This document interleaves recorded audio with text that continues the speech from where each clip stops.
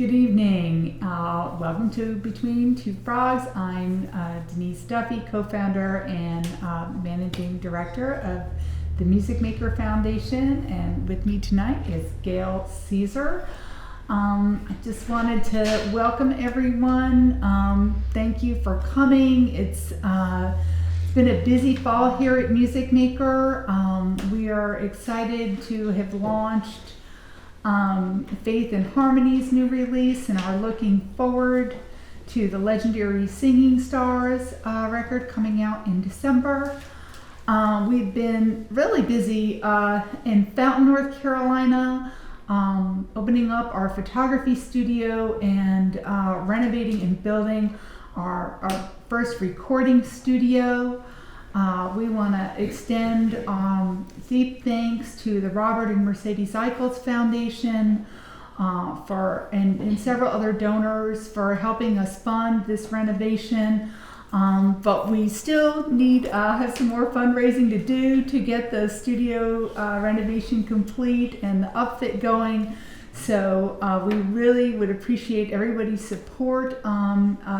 Throughout November, there is a challenge gift.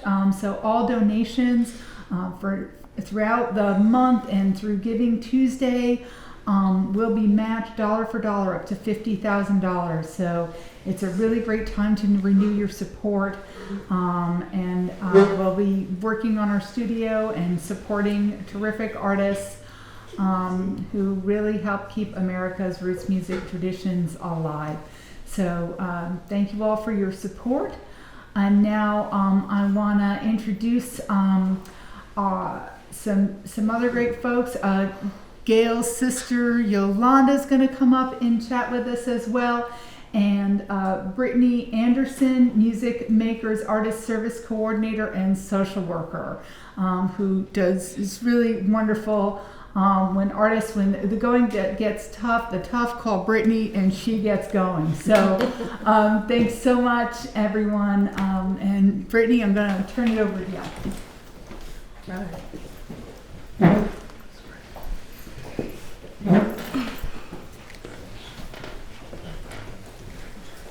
All right, good evening, everyone. So as Denise said, my name is Brittany Anderson. I am the social worker here, and I work with all of our partner artists. So first, before we hear the blessing that is Gail Ceasar, I will do a little introduction of her and then kind of have just a couple questions for herself and for her sister. So Gail Ceasar hails from Virginia, where her forefathers worked tirelessly as enslaved stonemasons. So although she is a woman of few words, which you all will see, she and her extended family live within a long-standing oral tradition that's reflected in the stories that she tells through her music. So Gail is a unique musician. So she flows seamlessly, as you will see tonight, between bluegrass and blues music with incredible precision and feeling. And unlike most musicians, Gail has very little desire to go on tour and is very happy to be a homebody. She loves to be at home where she's surrounded by her deep roots and legacy of her family. And you can see that because tonight she's joined here tonight by her mother and two of her sisters. And that's her mom back there waving. And this is her other sister sitting here to my right. So you can see that Gail keeps family very, very close to her. So like I said before, you all are blessed with her incredible talent. I will just ask her just a couple questions. So first, I'm really interested to hear the story of how you came to music. So what inspired you to start playing? I seen my uncles play. I had cousins that played, especially in church. And I liked the sound of the guitar, and I wanted to play too. Okay. So I grew up listening to my uncles, Pete, and my cousins, JR, and then I had other uncles, Uncle Joe, and they all mostly played in church, and I grew up listening to them and wanted to play guitar. So a big family influence again, definitely, and that church upbringing. Yeah. So how have you, over the years, how have you been able to continue developing your unique sound? I just keep at it, listening to different styles of music, and just keep at it and play songs. Keep listening to blues, bluegrass, gospel. That's awesome. And just practice. Okay. So knowing that your family has such a rich history in Virginia, what was it like growing up, kind of knowing your background, knowing your history, and how did that influence your music? I used to, when I wasn't at church, my Pete would come around. I got my first guitar when I was 10 years old. And Pete would come around, and he would always play the guitar, and I was sitting listening at him play. And of course I listened to my other uncles in church and everything play. But Pete came around the most and played at my house, and I grew up listening to him, and when I got good enough, we played together, as well as I played with my uncles and my other cousins. That's awesome. So Yolanda, being around that, what was that experience like, just being around such a musical family and knowing how rich your history is? Like, what was that like for you? Oh, it was great. I used to want to play the guitar. I've always loved the guitar, but she got the talent. It just kind of shocked her. Just one day, she just picked up the guitar and she just started playing. Like she said, our uncles, they played blues, and then in church they played quartet music. So, and then we had one uncle, Uncle Joe, where she got most of the bluegrass from. Is that right, Gail? Yeah, Uncle Joe? He plays sort of, I wouldn't quite call it bluegrass. Maybe a country gospel, maybe a Piedmont style, maybe a Piedmont style of playing. Mm-hmm. So I didn't know that. I'll actually show you one of his songs later on the night that he played. I played it. There's a song that he played on the CD. It's in a different key. I played it in E, but I'll show you tonight and explain to you the way my Uncle Joe played his music. So very musically inclined. Everyone. Because I don't understand notes. That went over my head. Yep. Everyone has some type of music background, whether they play or they sing. So she plays the guitar. She's played with a lot of quartet groups. She's played with a lot of country bluegrass groups. She used to play. Was it a banjo? I used to play mandolin. I don't anymore. Oh, wow. She did. That's amazing. And she was around older people, no one her age. So everyone was older, and that's who she was around. We were never around them. We wouldn't sit still long enough, but she did. And I'm sure you picked up just a lot of your family history, just a lot of knowledge, just being able to sit and hear those stories. I can only imagine. So kind of just to shift a little bit, since we are in Music Maker and we have a lot of eyes on us in Music Maker, I'm curious to know, kind of over the years, how has Music Maker just supported you and supported your work? They helped me record my first album. They when my house burned down, they replaced my guitars. They just been there every step of the way, and I appreciate their support and their help. And I will say this, kind of as a side, talking with you after your house burned down, we had never met before, but what I can say is every time that I spoke with you, your light was very evident. Just your overall demeanor. I don't know how many times I asked you, how can we help you and what do you need? And after having a whole house burned down, you said, no, I'm good. And I had to keep coming back multiple times saying, well, is there anything that we can do? So I'm very happy that, hearing your history and how much you love guitar and how much you love music, that Music Maker was kind of able to help step in to replace something that is so holds such a value to you. So it makes me happy. I'm sure it makes a lot of our donors happy to know that Music Maker could play such a small role in helping you get back to what you love.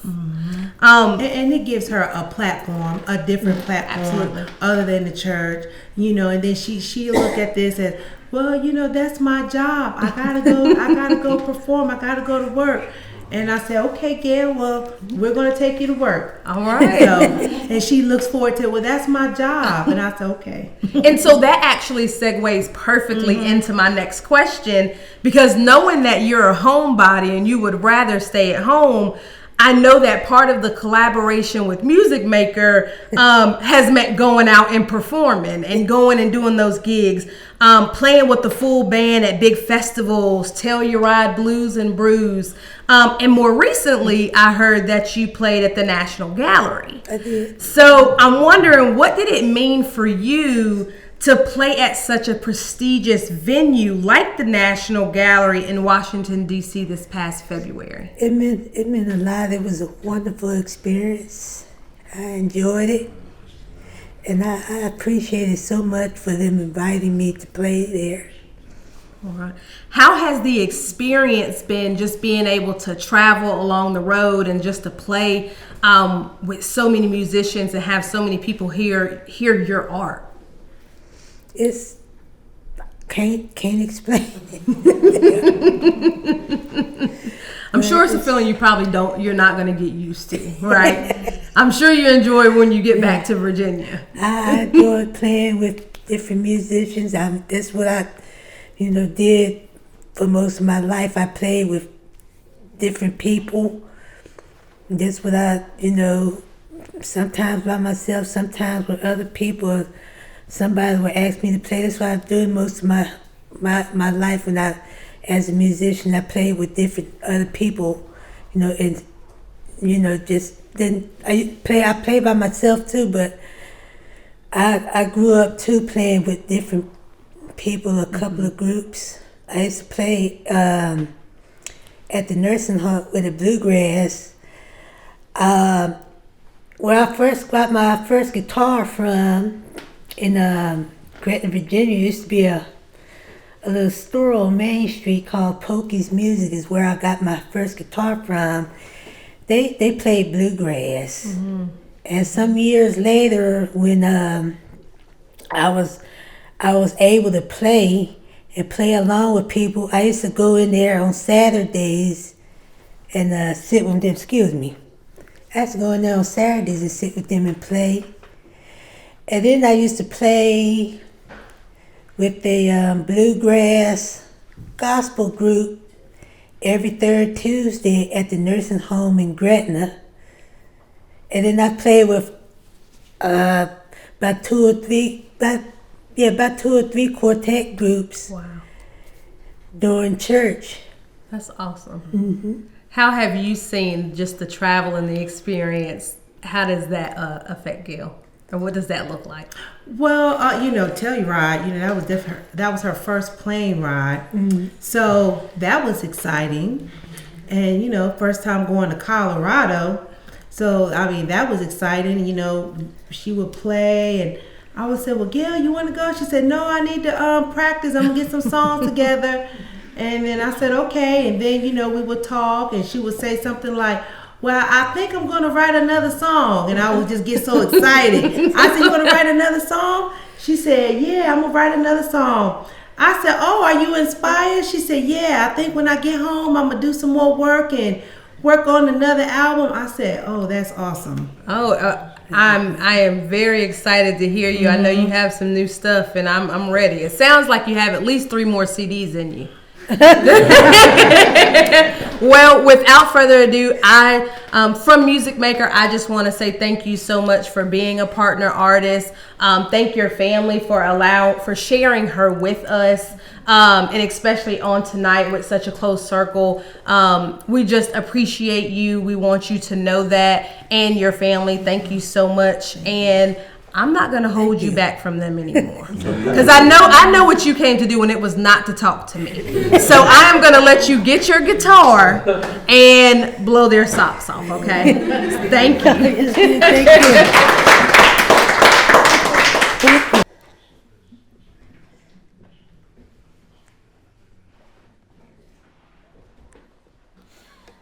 Thank you, everybody. I'm gonna do some songs here. I hope you enjoyed. It's good to be back here again. I appreciate you for having me.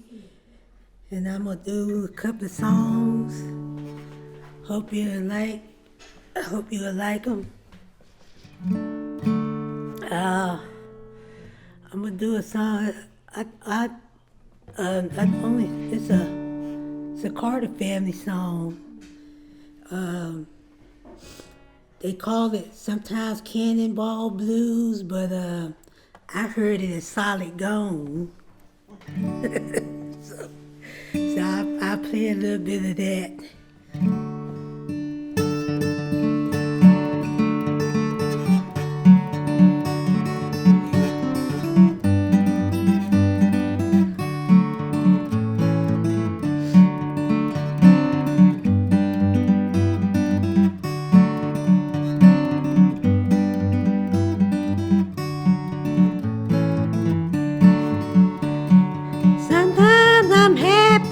Sometimes I'm blue, feeling so lonesome, I don't know what to do, 'cause it's gone, he's solid gone.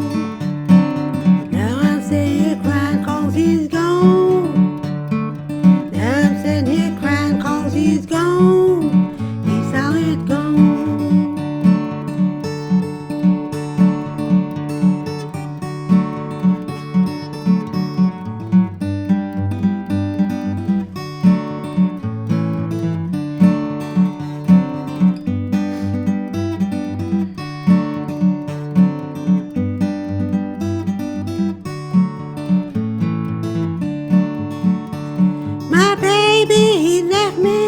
Even took my shoes, left to give the girl the doggone worry blue, 'cause he's gone, he's solid gone. Now I'm sitting here crying 'cause he's gone. Now I'm sitting here crying 'cause he's gone, he's solid gone.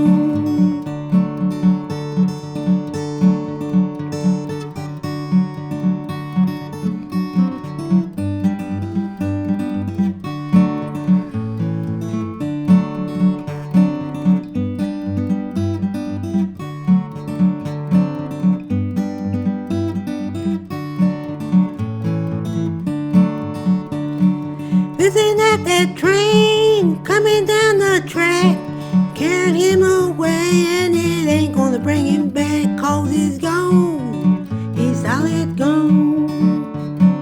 Now I'm sitting here crying 'cause he's gone. Yeah, I'm sitting here crying 'cause he's gone, he's solid gone.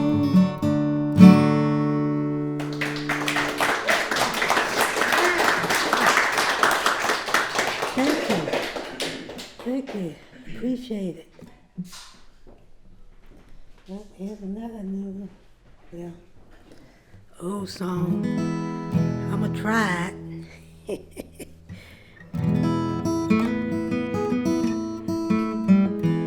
Trouble in Mind.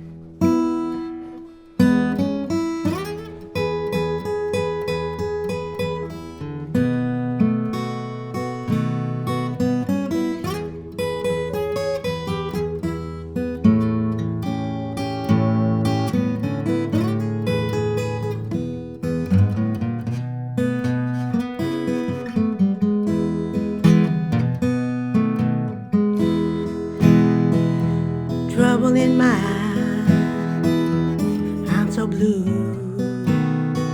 But I won't be blue always, 'cause the sun's gonna shine in my back door someday.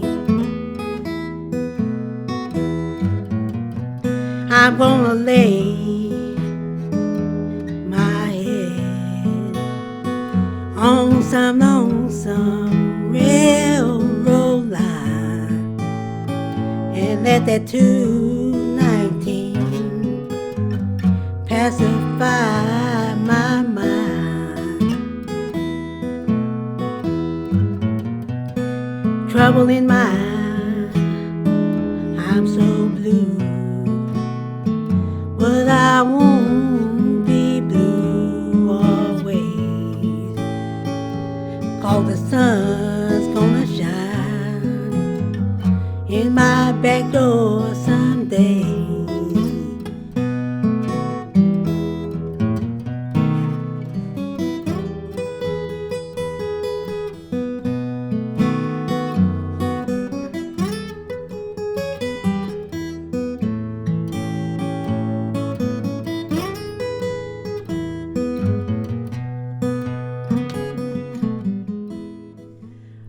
Okay. Little Red Rooster, I did this in Colorado. I did it with the band and I did it by myself. I'm by myself tonight, so I'm a acoustic version.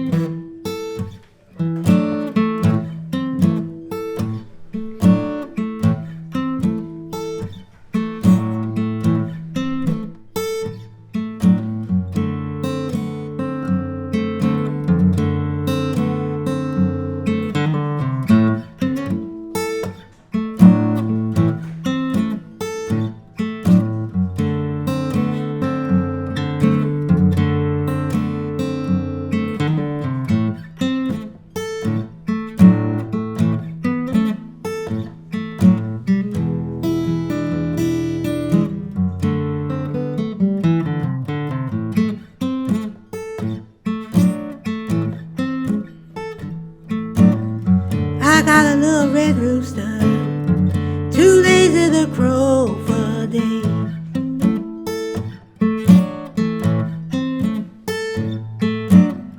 I got a little red rooster, too lazy to crow for a day.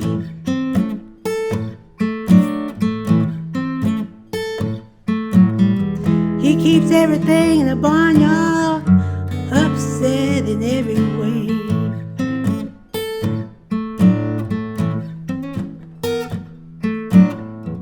The dogs begin to bark and the hounds begin to howl.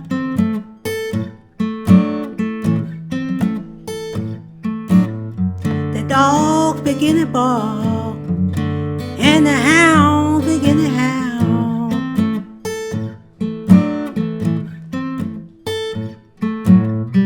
I'm warning you people, that little red rooster's on the prowl.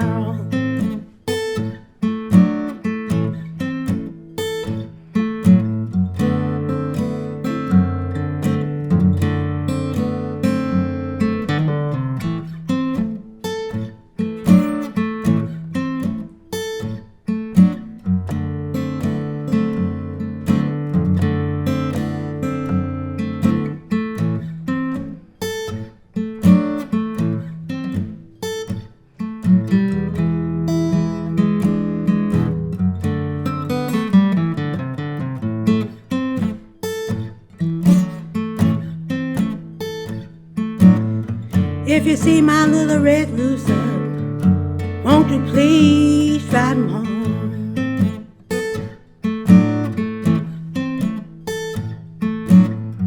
If you see my little red rooster, won't you please drive him home?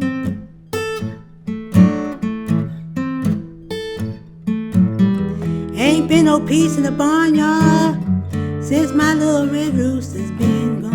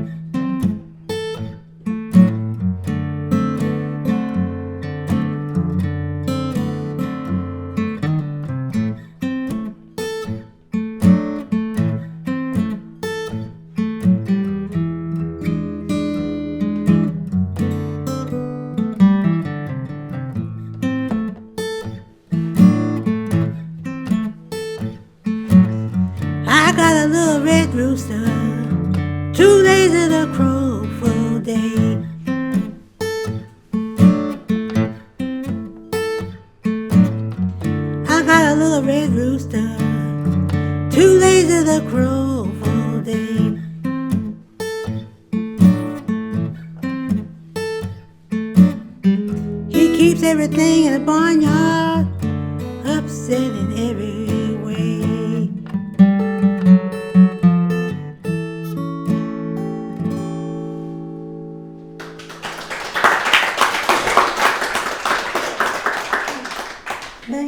Thank you, appreciate it very much, thank you.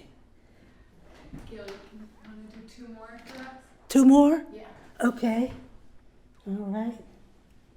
Well, I play a gospel song. I was telling you all about my uncle, his style of playing. He used to play a song called Uncloudy Day. He always called this his theme song. He would say, I'm just going to pick a little bit of this here. I'm not going to sing it. I'm just going to pick a little bit. And so that's what he did.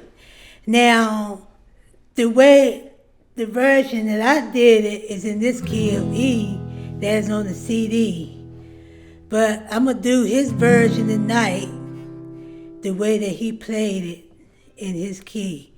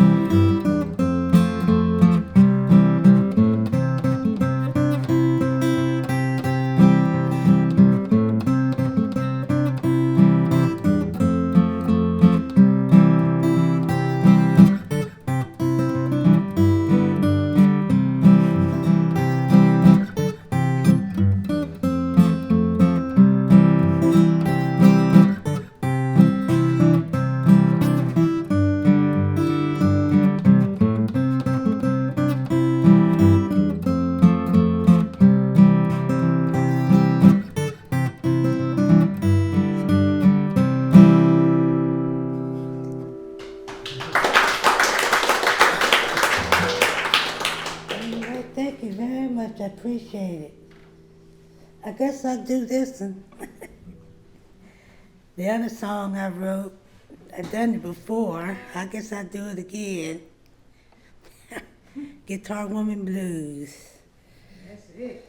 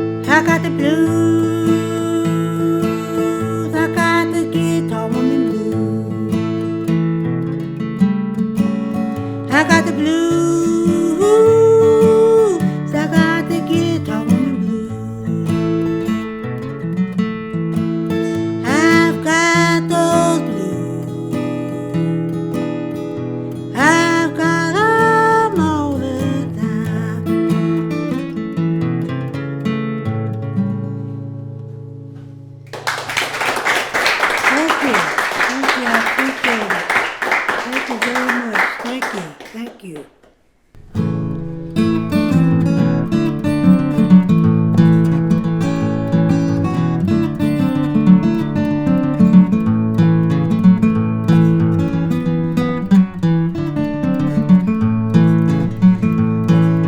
Feeling blue and I don't know what to do.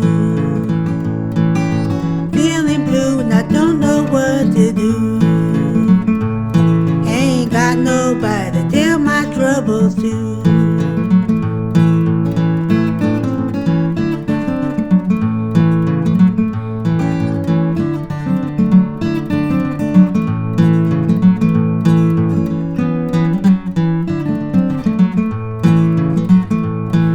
Early in the morning, I'm gonna catch that early train.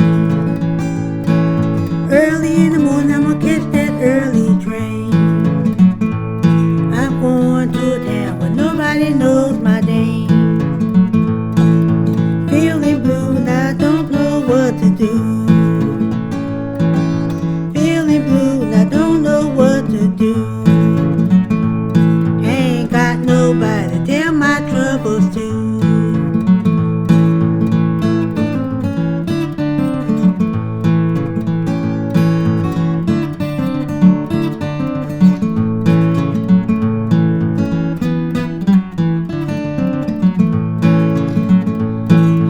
If I feel tomorrow like I feel today, if I feel tomorrow like I feel today, I'm going to the river and wash my blues away.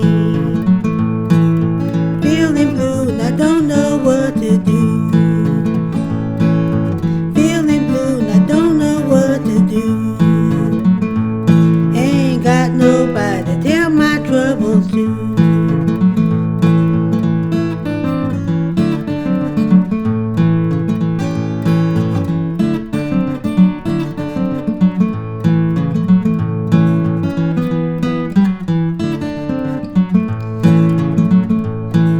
Maybe blue, but I won't be blue always.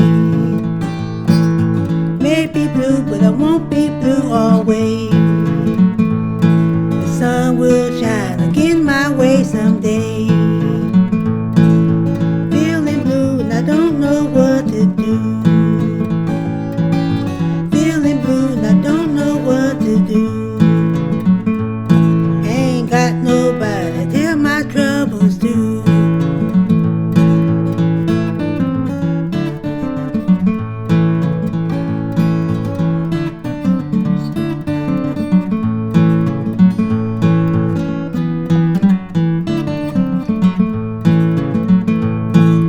Feeling blue and I don't know what to do.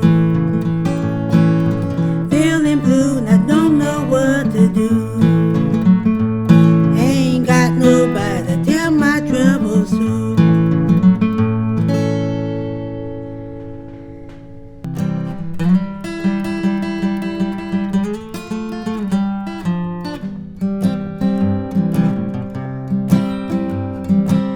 Betty told Dupree she wants a diamond ring. Betty told Dupree she wants a diamond ring. Dupree said, baby, how buy you anything? Dupree said, Betty, won't you be my wife? Dupree said, Betty, won't you be my wife? If I buy you that ring, you're mine for the rest of your life.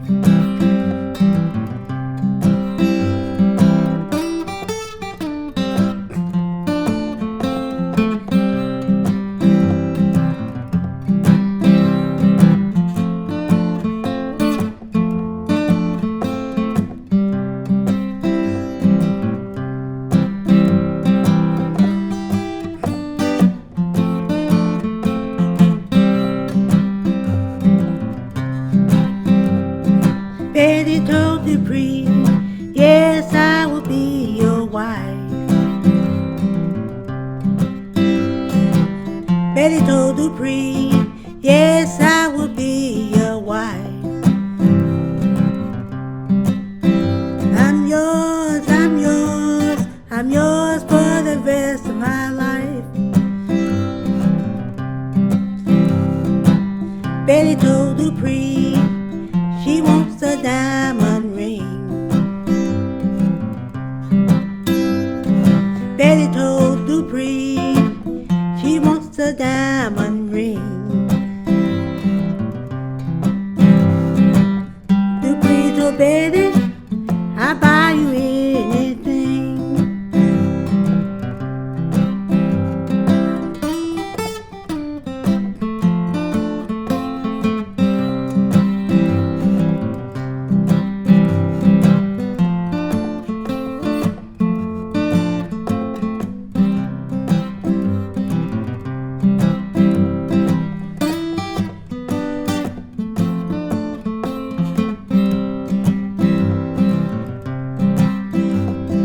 Betty told Dupree, I want a diamond ring. Betty told Dupree she wants a diamond ring. Dupree said, baby, I'll buy you anything.